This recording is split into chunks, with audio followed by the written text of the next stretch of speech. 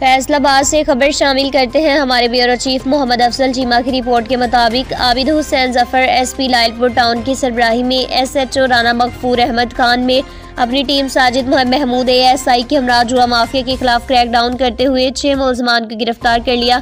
Faisalabad CPO Sahibzada Bilal Umar की खसूसी हिदायत पर आबिद हुसैन जफर एसपी लायलपुर टाउन की सरबराही में राना मगफूर अहमद खान थाना गुलाम मोहम्मदाबाद एसएचओ ने अपनी टीम साजिद महमूद एएसआई के हमरा एएसआई साजिद महमूद थाना गुलाम मोहम्मदाबाद ने मुलजमान मेहर अली वगैरह 6 कस को जुआ खेलते हुए गिरफ्तार कर लिया।